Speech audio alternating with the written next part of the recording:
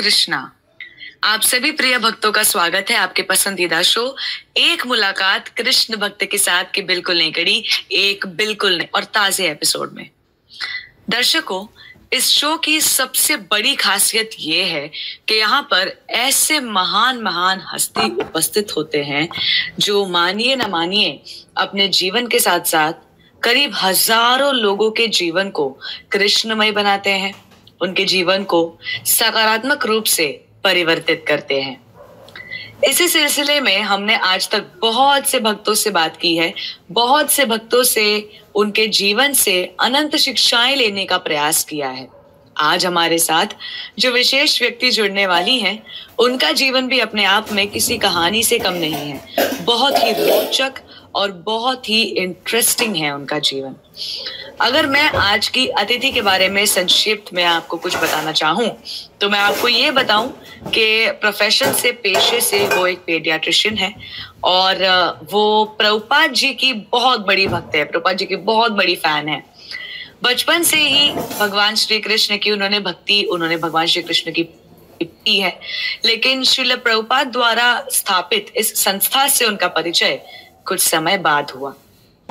माता जी किताबों को बहुत ज्यादा पसंद करती हैं और जब मैं कहती हूँ किताबों को तो मेरा सीधा अर्थ है शास्त्रों को। श्रीमद् भागवतम, भगवत गीता और प्रभुपाद द्वारा रचित उन सभी ग्रंथों को माता जी ने एक बार नहीं अपितु कई बार पढ़ा है। इसके साथ साथ वो भागवतम के बारे में आजू बाजू के लोगों को बहुत ज्यादा प्रेरणा देती है, भागवतम वितरित करती है और लोगों को भागवतम पढ़ने के लिए, भागवतम खरीदने के लिए और भागवतम की महिमाओं का गुणगान करने के लिए माता जी कोई भी मौका नहीं छोड़ती हैं। इसी के साथ साथ माता जी अन्य सेवाओं में भी संलग्न रहती हैं। अपने परिवार में उनके पतिदेव के साथ साथ उनके 4 नन्हे प्यारे बच्चे हैं। चलिए बिना अधिक समय गवाए आज हमारे परम सौभाग्य को पहचानते हुए हम इस स्टेज पर आमंत्रित करना चाहेंगे उज्ज्वला माता जी को। हरे कृष्णा। आपका बहुत बहुत धन्यवाद माता जी कि आपने अपना इतना कीमती समय निकालकर हमारे दर्शकों के साथ जुड़ने का निर्णय लिया। हरे कृष्णा माता जी। माता जी, जब हम आपका इंट्रोडक्शन पढ़ रहे थे तो उसमें सबसे इंटरेस्टिंग बात ये थी कि आप बचपन से भगवान कृष्ण की भक्त थी, लेकिन इस्कॉन से आपका कुछ समय के बाद परिचय हुआ। तो क्या आप हमारे दर्शकों के सामने ये बता सकती हैं कि जो व्यक्ति भगवान कृष्ण की भक्ति करता है और एक ऐसा व्यक्ति जो इस्कॉन की संस्था से जुड़ के भगवान कृष्ण की भक्ति करता है, तो इन दोनों में क्या अंतर है? इसमें बहुत ही अंतर है, क्योंकि हम जब अपने मन से करते हैं तो बहुत सारे गलती हो सकते हैं, क्योंकि हम तो बद्धजीवी है। हम में बहुत ही सारे गलतियां हैं, दोष है। लेकिन हम जब ये परंपरा से जुड़ते हैं, इस्कॉन जैसे संस्था से जुड़ते हैं, इसका मतलब है हम इतनी बड़ा परंपरा से, ये ब्रह्म मध्व गौड़िया परंपरा से हम जुड़ रहे हैं। और शास्त्र बोलता है महाजना ये न गतस्य पंथा, हम जो महाजन के रास्ता है वही रास्ता में हमको चलना है, तो गलती कभी नहीं हो जाएगा। ऐसे ही हम जब ये परंपरा से जुड़े हैं तो गलती नहीं हो सकता है, सब कुछ हमारा रास्ता सही है, ठीक है, क्योंकि ये रास्ता हमारा आचार्यों ने बनाया है, उसी रास्ता में हम चल रहे हैं। ये हम अपने आप नहीं चल रहे हैं, उनके मार्गदर्शन से हम चल रहे हैं। इसलिए हम जो भक्ति कर रहे हैं ये सही ढंग से कर रहे हैं और भगवान हमारा भक्ति से प्रसन्न हो जाता है।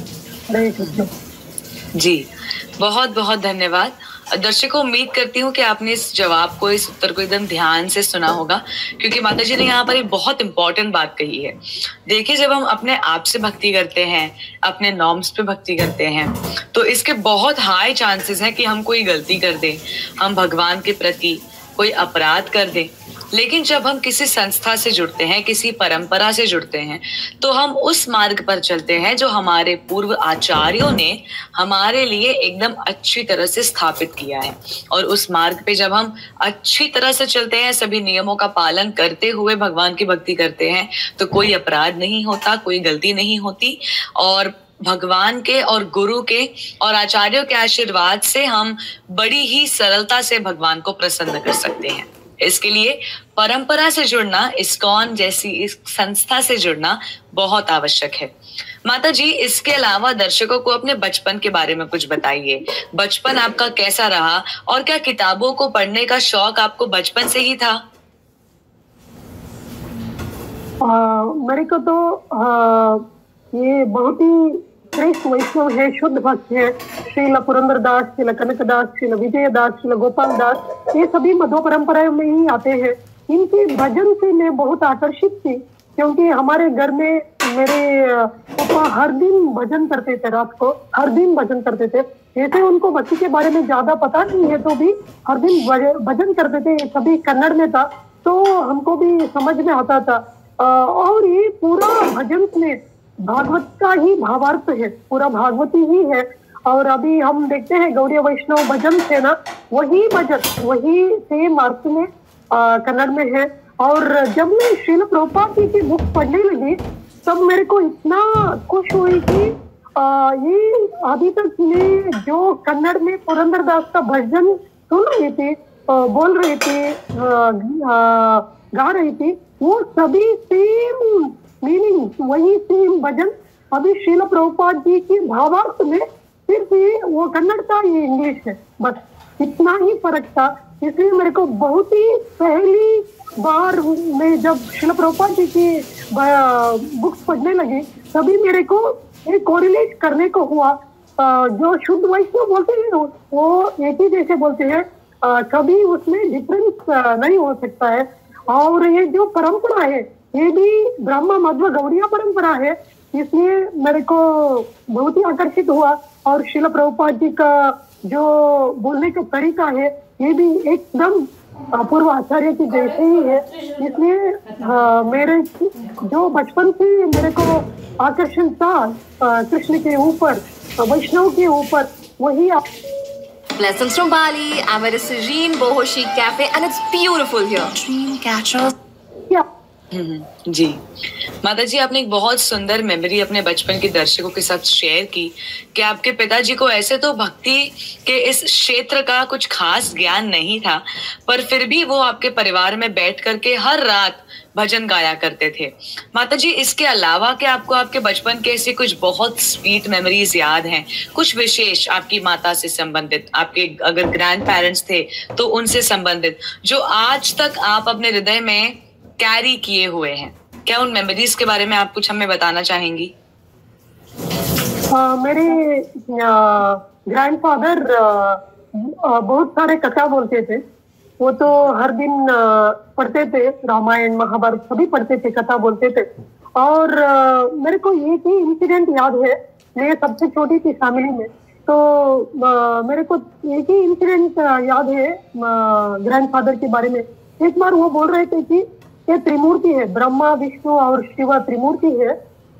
ये ब्रह्मा और शिव तो हम छोटा सा कुछ किए तो भी वो प्रसन्न हो जाएंगे, लेकिन विष्णु को प्रसन्न करना बहुत ही मुश्किल है करके बोल रहे थे। तो मेरे को इतना याद है कि मैं बोलती थी ग्रैंडफादर को, वो मुश्किल है तो भी मेरे को विष्णु को ही प्रसन्न करना चाहिए करके। तो इतना तो याद है मेरे को, क्योंकि पुरंदरदास का, कनकदास का पूरे की भजन पूरे की पूरा कृष्ण के ऊपर ही है, कृष्ण का गुणगान ही है। वो कृष्ण परम पुरुषोत्तम भगवान, यही अर्थ उनके भजन में आता है।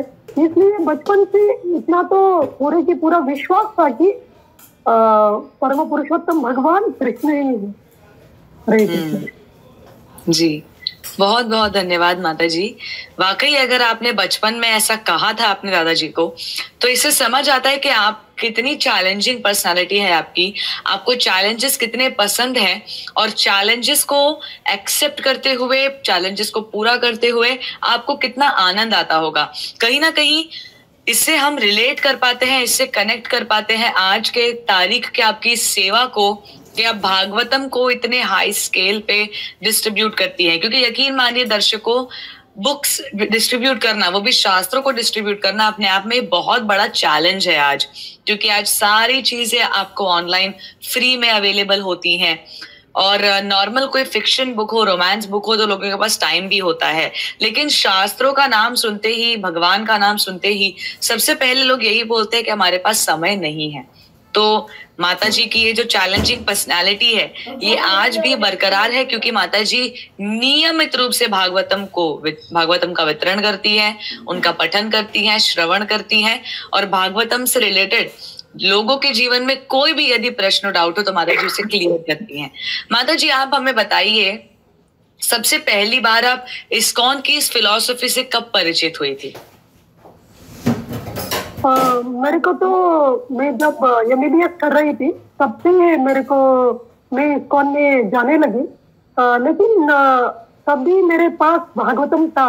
मतलब सेकेंड ईयर एमबीबीएस में मेरे को भागवतम मिला, तो मैंने दूसरा बुक नहीं पढ़ी, क्योंकि मेरा मन पूरा भागवतम में ही था। लेकिन बाद में मैंने लीलामृत पढ़ी।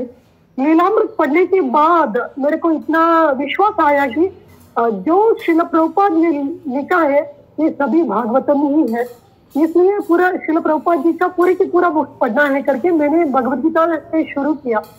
श्रील प्रभुपाद जी का बुक में लीलामृतम मैंने 3 महीने में खत्म किया, श्रील प्रभुपाद जी का इंग्लिश में 7 वॉल्यूम। और उसके बाद मैंने भगवद गीता शुरू किया, और उसके बाद कृष्ण जैसे सार भागवतम, चैतन्य चरितामृत, ऐसा ही जारी शुरू हुआ। और जब मैं पढ़ती थी तब डिस्ट्रीब्यूशन भी चालू किया मैंने सभी बुक्स। और बाद में मैं देखी कि जब हम छोटे बुक्स दिखाते हैं तो महाबिग बुक्स नहीं लेते हैं लोग, तो ये छोटे बुक्स मैंने स्टॉप कर दिया और ज्यादा से ज्यादा महाबिग बुक्स शुरू किए। और बाद में भागवतम भी ऐसे ही शुरू हुआ, भागवतम डिस्ट्रीब्यूशन। और अभी तो भागवतम ज्यादा से ज्यादा हो रहा है और बहुत सारे डिवोटीज जुड़ रहे हैं।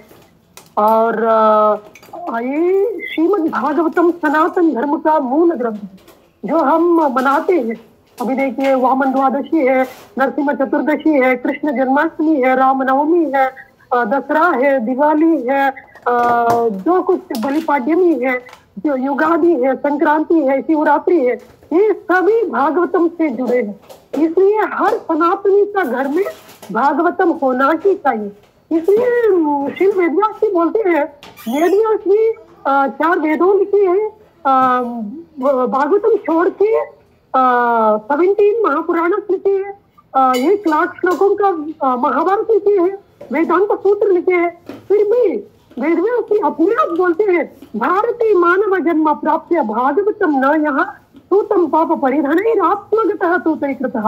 भारत भूमि में मनुष्य जन्म पाने के बाद जिनके घर में श्रीमद् भागवतम नहीं है वो आत्महत्या कर रहा है।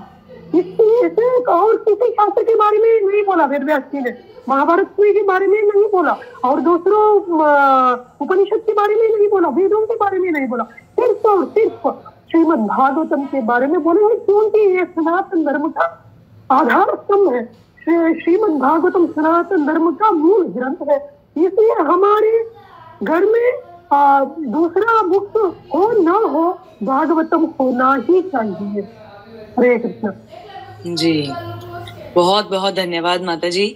अगेन दर्शकों, उम्मीद करती हूँ कि आपने इस उत्तर को भी ध्यान से सुना।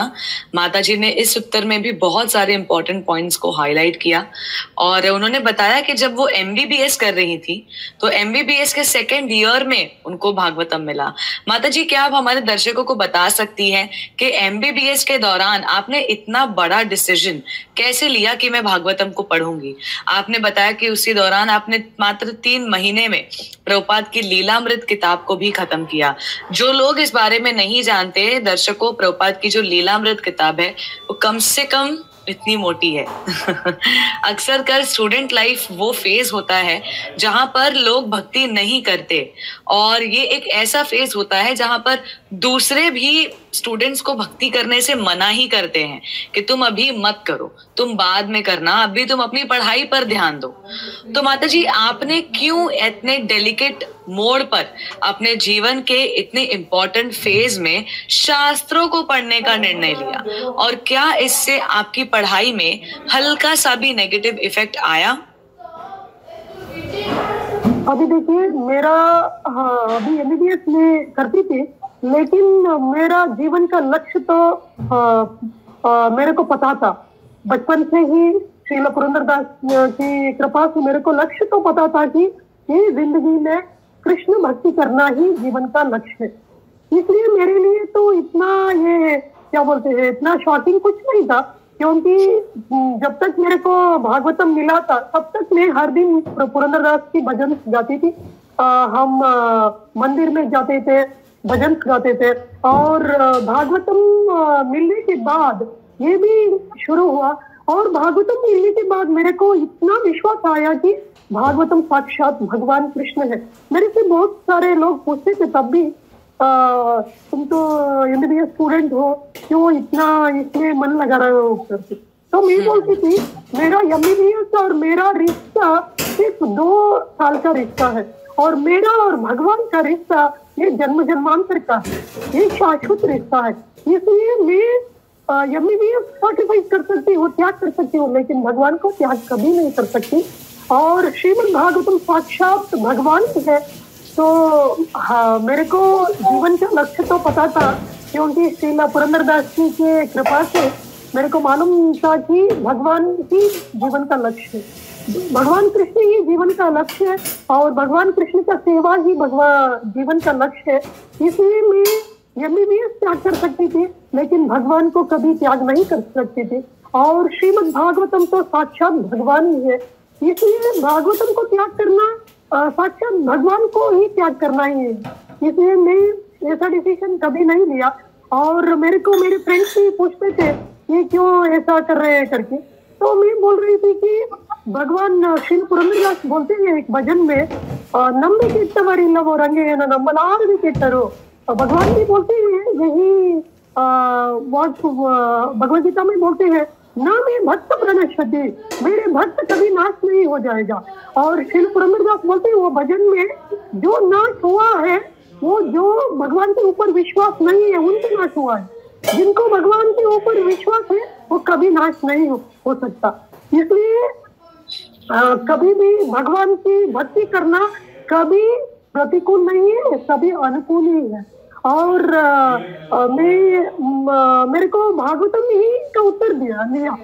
भागवतम पहली स्कंद 5वें अध्याय में एक श्लोक आता है, तस्यैव हेतु प्रयतेत कोविदो न लभ्यते यद् भ्रमताम् उपर्यदा तल्लभ्यते दुःखवदन्यत सुखम कालेन सर्वत्र गभीरमहसा। तो इसका मतलब है जो हमारे नसीब में होना चाहिए वो हो जाएगा। इसके लिए अभी देखिए, हम कष्ट के लिए मंदिर में जाके प्रेयर नहीं कर रहे, प्रार्थना नहीं कर रहे, अपने आप हमारे नसीब की वजह से ये आ रहा है। तो सुख के लिए क्यों प्रार्थना करने की जरूरत है, वो अपने आप आ जाएगा।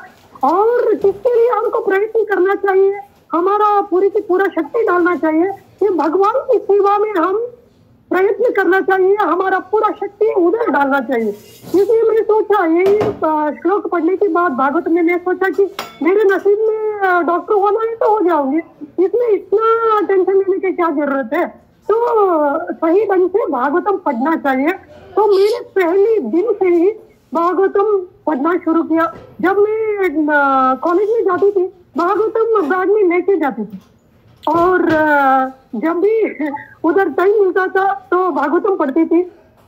और मेरे फ्रेंड्स सभी मेरे से मजाक उड़ाते थे, ये क्या हुआ तेरे को, पागल हो गई। तो मैं बोलती थी कि सब लोग पागल है, ये माया की पागल होने से अच्छा कृष्ण की पागल होना है करके मैं बोलती थी। लेकिन जब रिजल्ट आता था सबको शॉक होता था, क्योंकि मेरे फ्रेंड्स ने मेरे रिजल्ट तो कभी फेल नहीं हुआ और अच्छे से मार्क्स आता था। ऐसा तो मेरा ये नहीं था, वो एम कुछ नहीं था। मेरे को तो भगवान कृष्ण को प्रसन्न करना ही मेरा लक्ष्य था, और पास हो सही हो, जो कुछ होना है वो होने दो करके मैंने इसके लिए इतना टेंशन कभी नहीं लिया। और मेरे को जब पीजी सीट मिला तभी मैं पीडियाट्रिशियन होने के लिए गई थी, तभी मेरे को सांगली में सीट मिला था। तो वो पंडरापुर पांडुरंगा क्षेत्र से नजदीक है, इसलिए मैं सोच रही थी कि मैं पीडियाट्रिशियन हो नहीं हो, लेकिन पांडुरंगा तो का दर्शन तो मिलेगा, इसलिए मैं वही मन में रख के उधर गई। और पांडुरंगा की कृपा से पांडुरंगा का दर्शन भी मिलता था मेरे को। हरे कृष्णा जी, बहुत बहुत धन्यवाद माता जी। वाकई आपका ये जो उत्साह है, जो एंथुजियाज्म है, और कहीं ना कहीं भगवान की वाणी में, भगवान के प्लान्स में जो कन्विक्शन है, वो बहुत ही ज्यादा इंस्पायरिंग है। दर्शकों, आई एम नॉट श्योर अगर आपने इस बातों को ध्यान से सुना, इसके लिए मैं आपके लिए रिपीट कर देती हूँ। माता जी ने बताया कि भगवत गीता में भगवान कहते हैं कि मेरे भक्तों का कभी नाश नहीं होता, और जो भजने वो गाया करती थी, उन भजनों में ऐसी लाइंस थी कि आज तक जिन लोगों का नाश हुआ है, उन्हें भगवान पर आस्था, भगवान पर विश्वास नहीं था। इसी के साथ साथ जब वो कॉलेज में फ्री टाइम में भागवतम पढ़ती थी, तो आजू बाजू के जो उनके दोस्त थे वो उन्हें बोलते थे कि तुम पागल हो गई हो। तो माता जी का जवाब रहता था कि देखिए, पागल तो सब हैं, और माया के पीछे पागल होने से अच्छा है कि हम भगवान के पीछे पागल हो जाए, जो वाकई अपने आप में कितनी बड़ी और कितनी सुंदर, कितनी डीप बात है। और माता जी ने बताया कि हमेशा से उनका बस एक ही लक्ष्य था कि कैसे मैं भगवान को प्राप्त करूं, भगवान को प्रसन्न करूं। बाकी के जो सारे कार्य हैं, आप केवल अपना प्रयास करते जाइए, आप एंडेवर करते जाइए, अपना 100% दीजिए। अगर आपके नसीब में जो लिखा होगा वो आपको मिल जाएगा। तो कहीं ना कहीं माता जी से हमें उनके जज्बे को, उनके कन्विक्शन को और उनके उत्साह को अपने भीतर लाने का प्रयास करना है। माता जी, तो आप हमें बताइए कि इस बीच आपका विवाह कब हुआ? बहुत से स्त्रियों के केस में क्या होता है कि शादी के पहले उनके बहुत प्लान्स होते हैं, उनकी अपनी पर्सनालिटी होती है, उनके अपने हॉबीज होते हैं, जैसे आपके भी, आपको भागवतम पढ़ना बहुत पसंद था, लेकिन शादी हो जाने के बाद एक स्त्री के केस में ये सारी चीजें बैक सीट ले लेती हैं और फोरफ्रंट में आती है केवल और केवल अपने उसके ससुराल की रिस्पॉन्सिबिलिटीज। आप अपने लाइफ के इस फेज के बारे में कुछ बताइए। वैसे तो मेरे को शादी में कुछ इंटरेस्ट ही नहीं था, जैसे ही क्योंकि बचपन से मेरे को यही लक्ष्य था। मेरे पेरेंट्स बोलते थे कि शादी तो होना ही चाहिए करके, तो मैं बोलती थी कि ये ग्रह मंडकोपम, जिनको पता नहीं है वो जाके डूबेगा, मेरे को पता है तो क्यों डूब जाओ करके बोलती थी मैं। तो ऐसा ही चल रहा था, लेकिन बाद में बहुत सी सारे डॉक्टर्स प्रपोजल सभी आए थे, मैंने पूरा रिसर्च कर दिया। बाद में मेरा प्रभु जी जब प्रपोजल लेके आए थे, वो फुल टाइम ब्रह्मचारी थे तब इस्कॉन में, तो वो भी मेरे को मालूम नहीं था उनके बारे में कुछ। लेकिन जब वो आके मेरे पेरेंट्स से पूछे, तो मेरे पेरेंट्स को ऐसा लगा कि ये किसी से ये हाँ नहीं बोलेगी, तो ऐसे कैसे तो हो जाए करके उन्होंने हाँ बोल दिया। वो फुल टाइम ब्रह्मचारी थे, फिर भी वो हाँ बोल दिया। और सभी मेरे को बोलने लगे कि ऐसे कैसे चलेगा, ये तो शादी तो होना ही चाहिए लेडीज के लिए, स्त्री को ऐसा नहीं छोड़ देंगे करके। ऐसे ही हुआ बस। तो उसके बारे में एक मिनट भी कभी नहीं सोचा था, और भगवान की जो इच्छा है तो भगवान की इच्छा यही है करके मैंने एक्सेप्ट किया बस। जी, बहुत बहुत धन्यवाद। तो माता जी, आप बता रही हैं कि आपको हमेशा से शादी के इस कॉन्सेप्ट में कोई इंटरेस्ट नहीं था, और आपने बहुत सारे वेल एस्टैब्लिश्ड डॉक्टर्स के प्रपोजल्स को रिजेक्ट किया, लेकिन जब आपके आज की तारीख में जो आपके हस्बैंड है, उनका प्रपोजल आया, तो आपके पेरेंट्स ने उन्हें एक्सेप्ट किया। माता जी, आपने इस उत्तर की शुरुआत में बताया था कि जिसे पता नहीं है वो वहां जाके डूबे, लेकिन जब मुझे पता है वहां पे खड्डा है तो मैं वहां क्यों जाऊं? क्या आप इसे इलैबोरेट करना चाहती हैं? मतलब हमेशा से शादी के खिलाफ आप इतनी क्यों थी? What was it? क्योंकि हम देखते हैं कि हम हमारे दीदी के लाइफ में देखते हैं, हमारे मम्मी के लाइफ में ही देखते हैं, और दूसरों के लाइफ में देखते हैं कि उनको भक्ति करने में बहुत सारे मुश्किल आ जाता है, और वो कितना सारा उनको क्या सपना रहता है, इसलिए वो उसमें जाते हैं। मेरे लिए तो कुछ सपना नहीं था, मेरे लिए तो सपना सिर्फ और सिर्फ भागवतम में था। मैं उधर प्रचार कर रही थी उस गांव में, तो मेरे बारे में प्रभु को पता चला कि मैं उधर प्रचार कर रही हूँ। ऐसे ही भागवतम प्रचार से ही मेरे बारे में उनको पता लगा, और मैं सोच रही थी कि सबकी जिंदगी में ऐसा ही है, और भक्ति करना बहुत ही मुश्किल हो जाएगा। और मेरे लिए तो भक्ति में छोड़ने की क्या बात है, कुछ भी कम हुआ तो भी मेरे को वो आज तक नहीं होने वाला है। इसलिए मैं इसमें कॉम्प्रोमाइज कैसे करूँ करके मैं सोच रही थी। बाद में ऐसा हुआ कि उनकी प्रपोजल आया और सबने बोलने लगे कि वो भी प्रोफेशनली अच्छे थे, वो बायोमेडिकल इंजीनियरिंग किए थे और बाद में हॉस्पिटल एडमिनिस्ट्रेशन में एमबीए किए थे, लेकिन कृष्ण के भक्ति में, कृष्ण की सेवा करने के लिए सब कुछ छोड़ के आए हैं, इसलिए तो अच्छे बच्चे होंगे। तो क्यों इतना सोचने का करके बहुत सारे लोगों ने फैमिली में रिलेटिव्स ने मेरे को काउंसलिंग किए और ऐसे बोले कि कभी तो तेरे को नहीं छोड़ेंगे, ऐसे ही नहीं छोड़ेंगे, तो किसी को तो शादी होना ही चाहिए।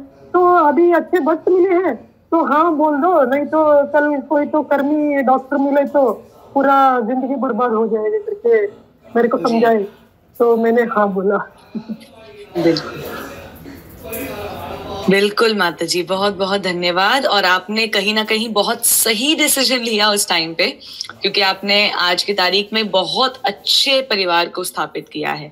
माता जी, तो आपकी जो एक्सपेक्टेशंस थी कि शादी के बाद एक स्त्री के लिए भक्ति करना कितना मुश्किल हो जाता है, आज की तारीख में आप तो शादीशुदा हैं, आप प्रैक्टिसिंग पेडियाट्रिशियन हैं, प्लस आपके तो अभी संतान भी हैं। आप क्या दर्शकों के साथ अपना टाइम टेबल शेयर कर सकती हैं कि आप कैसे अपने दिन को मैनेज करती हैं और आपके बच्चों में कितना डिफरेंस है? बच्चे अभी पहली बेटी 12 साल की है और बेटा 9 साल की है और तीसरी 6 साल की है। और हाँ, ऐसा नहीं है कि हम मैनेज करें, ये सब कृष्ण मैनेज करते हैं और हमको सिर्फ भगवान के शरण में आना चाहिए। और श्रीमद् भागवतम के रूप में भगवान हमारे सामने प्रकटित है, तो हम भागवतम पढ़ना चाहिए और भागवतम की शरण में आना चाहिए। मैं बहुत सारी डिवोटीज को बोली हूँ, जब वो बोल रही थी कि मैं जब बोलती थी कि आप भागवतम हर दिन पढ़ना चाहिए, बहुत सही ढंग से भागवतम पढ़ना चाहिए, तो बोलते थे कि मैं 16 राउंड भी मेरे लिए मुश्किल है टाइम निकालना, भागवतम के लिए कैसे टाइम निकालना। तो मैं बोल रही थी कि भागवतम आपका टाइम नहीं लेंगे, भागवतम आपको टाइम देंगे। तो मेरी स्टोरी में यही है, जो मैं भागवतम के लिए टाइम देती हूँ तो मेरे लिए सब कुछ करने के लिए टाइम मिलता है। और यही अनुभव बहुत सारे डिवोटीज को हुआ है, जो 16 माला जप करने के लिए उनको मुश्किल था, जब भागवतम पढ़ना शुरू किए, भागवतम डिस्ट्रीब्यूशन करना शुरू किए, भागवतम के बारे में बोलना शुरू किए, भागवतम का सेवा करना शुरू किए, तो उनको सबके लिए टाइम मिल रहा है। और जब भी अच्छे से चल रहा है, सब कुछ हम भक्ति में जो कर रहे हैं सब कुछ अच्छे ढंग से चल रहा है, क्योंकि हम साक्षात भगवान की शरण में आए हैं। आज भी एक माता जी मेरे से पूछ रही थी कि मैं जब करती हूँ मेरा मन इधर उधर जाता है, तो मैंने बोला भागवतम में परिहार, भागवतम में पवई मन कृष्ण पदार विंदयो, तो हमारा मन भगवान के चरण में जाना चाहिए। भगवान के चरण क्या है? फर्स्ट कैंटो और सेकंड कैंटो, पहला स्कंद और दूसरी स्कंद भागवतम का भगवान का चरणार विंद है। तो हम जब भागवतम के शरण में आते हैं तब हमारा मन कंट्रोल में आ जाता है, इसलिए हमको भागवतम की शरण में आना चाहिए। हरे कृष्ण जी, बहुत बहुत धन्यवाद माता जी। आपने बताया कि मैनेज तो हम नहीं करते, भगवान करने लगते हैं। और अपने आप में ये कितना बड़ा सरप्राइज है कि जब आप भागवतम पढ़ते हो, आप श्रीमद् भागवतम पढ़ना शुरू करते हो, तो आपका सारा दिन एफर्टलेसली अपने आप से मैनेज हो जाता है। माता जी, जब आप रेगुलरली भागवतम डिस्ट्रीब्यूट करती हैं, तो कौन से ऐसे वो चैलेंजेस हैं जिनको आप as a book distributor face करती हैं, और आप कब कब भागवतम डिस्ट्रीब्यूट करती हैं? मतलब उसका स्केड्यूल क्या है? क्या आप रोज कुछ घंटों के लिए घर से बाहर निकलती हैं, या वीक में 1-2 बार, या आपका कोई टीम है?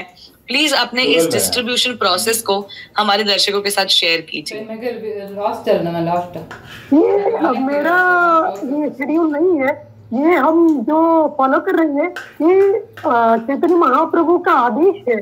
चैतन्य महाप्रभु ने हमारे सबके लिए एक आदेश दिए है, यारे देखा तारे कहा कृष्ण उपदेश। और श्रील प्रभुपाद जी बोलते हैं कृष्ण उपदेश मतलब भगवद गीता और भागवतम। हम पुस्तकों का गिनती किया तो भी भगवद गीता एक महाबिग बुक है और भागवतम 18 महाबिग बुक है। इसलिए 95% ऑफ दी कृष्ण उपदेश भागवतम में ही है। इसलिए आपको चैतन्य महाप्रभु का ऑर्डर को फॉलो करना है तो भागवतम डिस्ट्रीब्यूशन करना ही चाहिए। जैसे और चैतन्य महाप्रभु बोलते हैं यारे देखा तारे कहा, जिनको हम देखते हैं उन सबके लिए हमको बोलना चाहिए। ऐसा शेड्यूल कुछ नहीं है, जिनसे भी हम मिलते हैं। अभी देखिए घर पे कोई तो पोस्टमैन आते हैं पोस्ट देने के लिए, तो उनको भी भागवतम के बारे में बोलते हैं। हम भी अभी वेजिटेबल खरीदने के लिए जाते हैं तो शॉप में, तो उनको भी भागवतम बोलते हैं। हमारे अभी मेरे लिए भी जब हॉस्पिटल में जाती हूँ तो पेशेंट्स आते हैं, उनको भी भागवतम बोलते हैं। मैं हमारा कोलीग रहते हैं, उनको भी भागवतम बोलते हैं। मीटिंग में जाते हैं तो दूसरे डॉक्टर्स को भी बोलते हैं। ऐसा भी होता है। और हमारे जो फोन में कांटेक्ट रहता है उनको फोन कर करके हम बात करते हैं। अभी देखिए एकादशी है, वामन द्वादशी है, नरसिंह चतुर्दशी है, कृष्ण जन्माष्टमी है। हम फोन करके उनको बोलते हैं कि ये साक्षात भगवान है, आज अच्छा दिन है, ले लीजिए। दूसरे दिन भी हर दिन बोलते हैं, जब भी हमको टाइम मिलेगा हम बोलते हैं। ये सिर्फ मेरा नहीं, हमारा पूरा टीम का यही शेड्यूल है। बहुत सारे माताजी है, घर में बैठ के फोन करके करते हैं। अभी एक माताजी है, लास्ट 3 दिन में एक दिन में सिर्फ फोन करके 7 भागवतम डिस्ट्रीब्यूट किए। एक दिन में 7, दूसरे दिन में 7, तीसरे दिन में 7, ऐसा टोटल 21 भागवतम है सिर्फ घर पे बैठ के ये है। हमको इतना विश्वास होना चाहिए कि ये शिव प्रभुपाद की कृपा से हो रहा है और हमको सिर्फ इसमें निमित्त बनना चाहिए। इसलिए हम ये किए तो हम इसके लिए कोशिश किए तो शिव प्रभुपाद की कृपा से ये हो जाएंगे। हरे कृष्ण जी, बहुत बहुत धन्यवाद माता जी। माता जी, आपने कहा कि जब आप वेजिटेबल्स लेने जाती हैं, सब्जी लेने जाती हैं, तब आप उस शॉपकीपर को भी भागवतम के बारे में कुछ बताती हैं। माता जी, हाउ डू यू स्टार्ट? मतलब भागवतम, इस बात में तो कोई संदेह नहीं है कि भागवतम सबको पढ़ना चाहिए। भागवतम भगवान की वाणी है, महाप्रभु का संदेश है। बट आप कैसे उस बात को शुरुआत करती है? मतलब भागवतम को आप एक शॉपकीपर के जीवन में कैसे रेलेवेंस स्थापित करती हैं? मान लीजिए मैं शॉपकीपर हूँ, आप मेरे दुकान पे आलू लेने आई हैं। How would you talk to me about Bhagavatam? तो मैं शुरू करती हूँ। ये हम सभी मना रहे हैं ना, ये दिवाली मनाते हैं, अभी दसरा मनाते हैं, हम रामनवमी मनाते हैं, कृष्ण जन्माष्टमी मनाते हैं। अभी तो कृष्ण जन्माष्टमी था। तो हमारा श्रेष्ठ ग्रंथ, मुख्य ग्रंथ क्या है पता है क्या आपको? तो बोलते हैं, बहुत सारे लोग बोलते हैं भगवद गीता है। तो मैं बोलती हूँ भगवद गीता में तो ये नहीं आता है। ये भगवद गीता में सिर्फ भगवान का उपदेश आता है। तो ये किधर आता है? तो वो पूछते हैं किधर आता है? ये श्रीमद् भागवतम में आता है। तो इसलिए मैं एटलीस्ट मेरे को पूरा 18 बुक तैयारी करने को नहीं हुआ तो भी एटलीस्ट एक बुक बाद में सभी समय रखती हूँ। एक बुक तो रहेगा।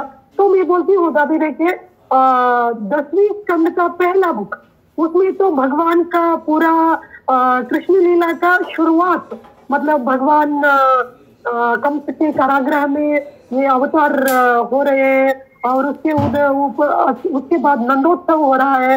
ये शकटासुर भंजन कर रहे हैं, तृणावर्त का वध कर रहे हैं, ये सभी आता है। तो मैं वो पिक्चर्स दिखा के बोलती हूँ, देखिए अभी कृष्ण जन्माष्टमी आया था, हम सभी मनाए थे, लेकिन कृष्ण भगवान के बारे में हमको क्या पता, कितना पता है हमको, ज्यादा से ज्यादा एक दिन 1, 3, 4, 10 कथा पता होगा, लेकिन श्रीमद् भागवतम में 90 कथास आता है।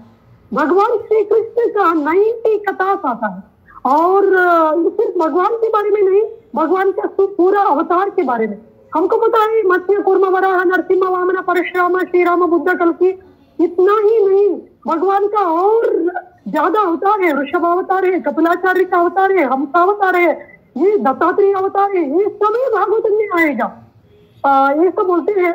और इसलिए हमारे घर में भागवतम होना ही चाहिए। आपको एक साथ इतना पैसा देके मेरे को नहीं हुआ तो भी हम इंस्टॉलमेंट में देंगे करके बोलते हैं।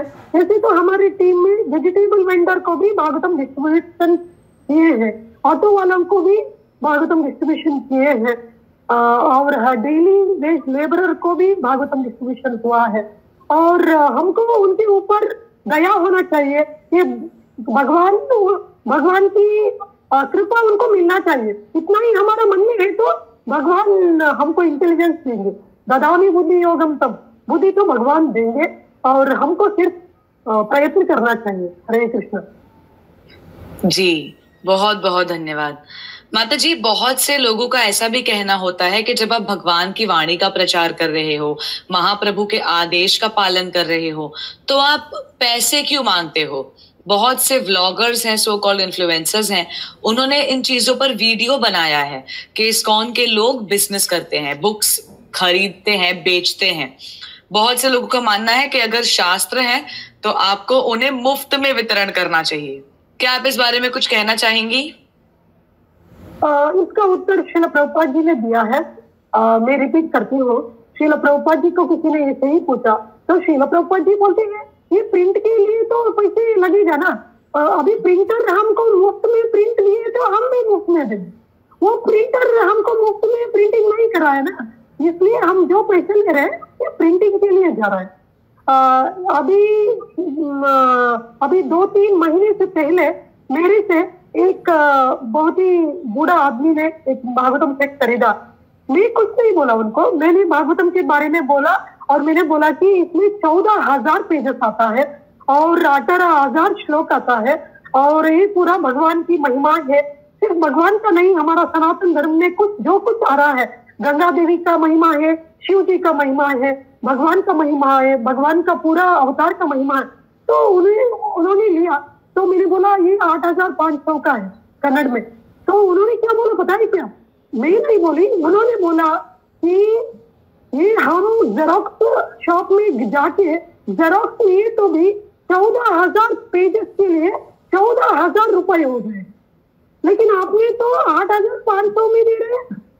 इसलिए उन्होंने ऐसा बोल के लिया। जी बिल्कुल। दर्शकों, इस बात को हम सभी को ध्यान में रखना चाहिए कि किसी भी चीज के लिए पैसे लगते हैं। अब इस्कॉन के जो बुक्स हैं, आप यकीन मानिए उनकी पेपर की क्वालिटी एकदम फाइन होती है, जो प्रिंटिंग होता है वो एकदम एप्ट होता है, और कलर्स वगैरह बिल्कुल भी उनमें थोड़ा सा भी प्रॉब्लम नहीं होता। तो इन प्रिंटिंग का तो पैसा लगता है। इसके लिए बुक्स को जब भी कोई भी भक्त आपको देता है, बदले में आपसे जो भी धन वो मांगता है, वो केवल इन बुक्स के प्रिंटिंग के लिए जाता है। तो अगली बार अगर आपके पास कोई भी भक्त किसी भी प्रभुपाद की किताब को लेकर आए, प्लीज आप उस बुक को लीजिए, और जितना भी उस बुक पर प्रिंटेड है, जितना भी वो भक्त आपसे रिक्वेस्ट करता है, प्लीज आप इस आंदोलन में, इस मूवमेंट में अपना योगदान, अपनी सहायता दीजिए।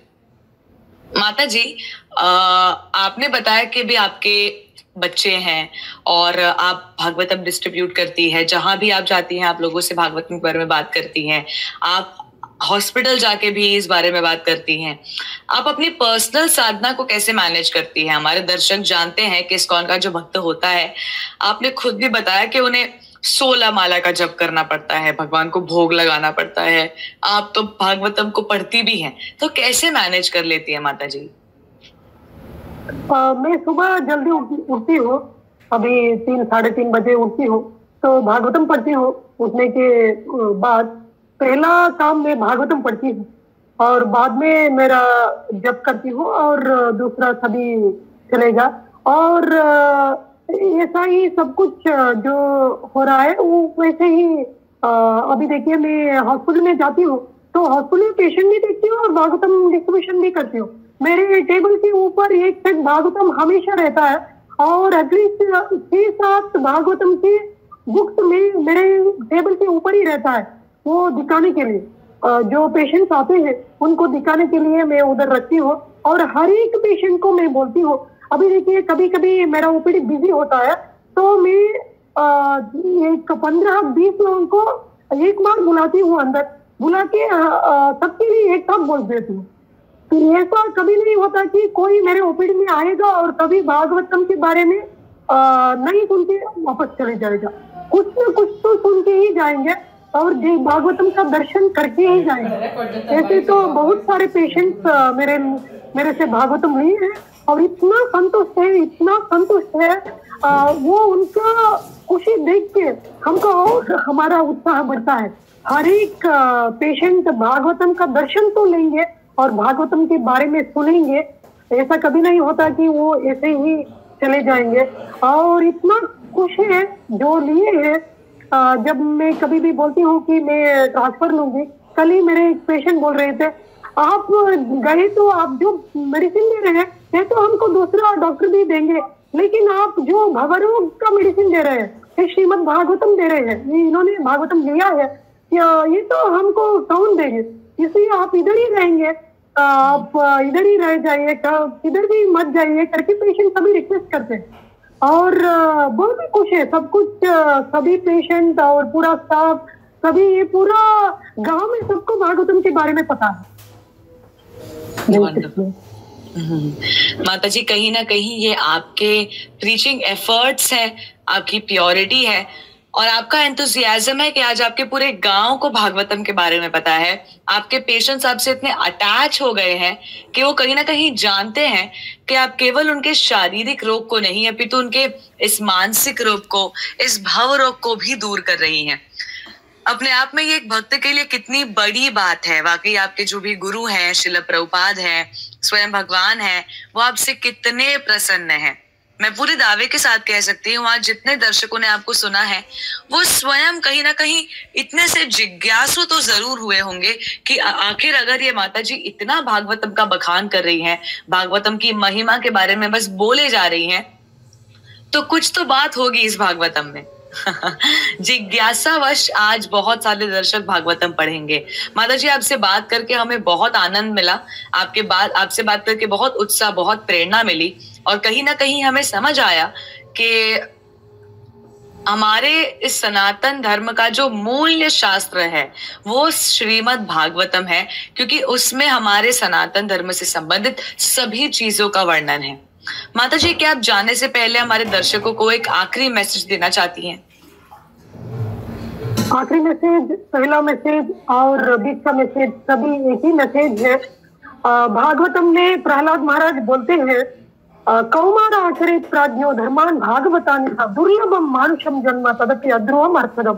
तो कौमारा मतलब बचपन से 5 साल से हमको भागवतम धर्म पालन करना चाहिए, भागवतम पढ़ना चाहिए, भागवतम के जो हमको भागवतम से मिल रहा है उसी के वजह से हम जीवन जीना चाहिए, क्योंकि दुर्लभम मानुषम जन्म, ये मनुष्य जन्म है, ये बहुत दुर्लभ है। 84 लाखों योनि में भ्रमण करने के बाद हमको ये मनुष्य जन्म मिला है और भारत भूमि में जो मनुष्य जन्म मिला है ये उससे भी बहुत ही भाग्यशाली है हम। और इसके लिए भाग्यशाली है कि हमको भागवतम मिलने का बहुत ही अच्छा मौका है। अभी अमेरिका में, अफ्रीका में जन्म लिए तो हम अच्छे अमीर हो सकते हैं, अमेरिका में जन्म लिए तो, लेकिन भागवतम नहीं मिलेगा। इसलिए हमारा जन्म इतना पुण्य जन्म है, हम इतना भाग्यशाली है, इसलिए अभी ही हमको भागवतम गंभीर से हमको भागवतम लेना चाहिए। जिनके पास भागवतम नहीं है आज ही भागवतम ले लीजिए। श्रील प्रभुपाद जी की तपस्या का रूप है ये, श्रील प्रभुपाद जी की कृपा का रूप है। श्रीमद् भागवतम साक्षात भगवान ही है। और आपके घर में भगवान को स्वागत कीजिए। जब भगवान आपके घर में आएंगे तो आपका घर नंद गोकुल हो जाएगा। और जिनके घर में है और आप दूसरों के घर में भी ये बांटना चाहिए, डिस्ट्रीब्यूशन करना चाहिए। भगवान बोलते हैं न तो तस्मात् मनुष्येषु कश्चिन् मे प्रियकृतमः भविता न सन्य तस्मात् अन्यः प्रियतरो भवेत्। ये ज्ञान को जो बांटेंगे उनसे मेरे को इतना प्यार है कि उनसे ज्यादा प्यार मेरे को किसी से नहीं हो जाएगा। इसलिए भागवतम का डिस्ट्रीब्यूशन करना भगवान की बहुत ही बड़ा सेवा है। और श्रील प्रभुपाद जी बोलते हैं if you want to please me distribute my books and the best book is Shrimad Bhagavatam. इसलिए श्रील प्रभुपाद जी की कृपा पाने के लिए, भगवान की कृपा पाने के लिए, पूरा गुरु परंपरा की कृपा पाने के लिए हमको सिर्फ बोलना चाहिए। हम अर्जुन के जैसे युद्ध करने का जरूरत नहीं है, जटायु के जैसे युद्ध करने का जरूरत नहीं है, और ऐसा ज्यादा प्रयास करने की जरूरत नहीं है। हमको सिर्फ और सिर्फ भागवतम के बारे में बोलना चाहिए। जिनसे आप मिलते हैं यारी देखा तारे का कृष्ण उपदेश, बोलना शुरू कीजिए और आपके जीवन में मिराकल हो जाएगा। हरे कृष्णा, जय श्री प्रभुपाद। बहुत बहुत धन्यवाद माता जी। उम्मीद करते हैं कि आप ऐसे ही आगे अपने जीवन में प्रचार करती रहें, लोगों के दिलों में भगवान के प्रति, श्रील प्रभुपाद के प्रति, भागवतम के प्रति और स्वयं के प्रति जगह बनाती रहें। आपके पूरे परिवार की मंगल कामना के लिए हम प्रार्थना करेंगे। आपका बहुत बहुत धन्यवाद। धन्यवाद माता जी। हरे कृष्ण, जय श्री कृष्ण। दर्शकों, उम्मीद करती हूँ कि आपने इस पूरे सेशन को ध्यान से सुना होगा। माताजी ने अपने इस पूरे सेशन में अनंत बार भागवतम के बारे में बात की है, असंख्य बार भागवतम की महिमा के बारे में बात किया है। और यकीन मानिए आप सभी के अंदर एक जिज्ञासा तो हुई होगी कि आखिर इस भागवतम में ऐसा है क्या। इस पूरे सेशन में एक बार माताजी ने बोला था कि भागवतम के, देखिए भागवतम कोई एक बुक नहीं है, Bhagavatam is a set of books, एक सीरीज है वो। तो जो पहले 2 स्कंद है, पहले 2 जो वॉल्यूम्स है, माताजी ने कहा वो भगवान के कमल चरण है। तो जब हम पहला स्कंद पढ़ते हैं, दूसरा स्कंद पढ़ते हैं, तो हम भगवान के पूरी तरह से आश्रय में हो जाते हैं। यकीन मानिए टफ होता है, बहुत से भक्तों ने अपना एक्सपीरियंस शेयर किया है कि अपने इस बिजी स्केड्यूल के साथ थोड़ा सा टफ होता है, लेकिन आप अगर पूरे मन से इस सेवा को अपना लेंगे तो आप स्वयं चकित रह जाएंगे कि मेरा जीवन में इतने सारे परिवर्तन कैसे आ रहे हैं। आप हरे कृष्ण टीवी से कांटेक्ट करके भी भागवतम के सेट को प्राप्त कर सकते हैं। भागवतम के सेट को इसी के साथ श्रील प्रभुपाद द्वारा रचित किसी भी किताब को आप ऑर्डर कर सकते हैं और वो आपके घर पर फ्री में डिलीवर हो जाएगी। उम्मीद करते हैं कि आज का ये शो आप सभी को पसंद आया हो। आप सभी भागवतम के सेट को लेंगे और प्रभुपाद द्वारा स्थापित इस मार्ग पर चलने का पूरा प्रयास करेंगे। आप सभी का बहुत बहुत धन्यवाद। जल्द मिलेंगे एक नए शो के साथ, एक नए एपिसोड के साथ। हरे कृष्णा।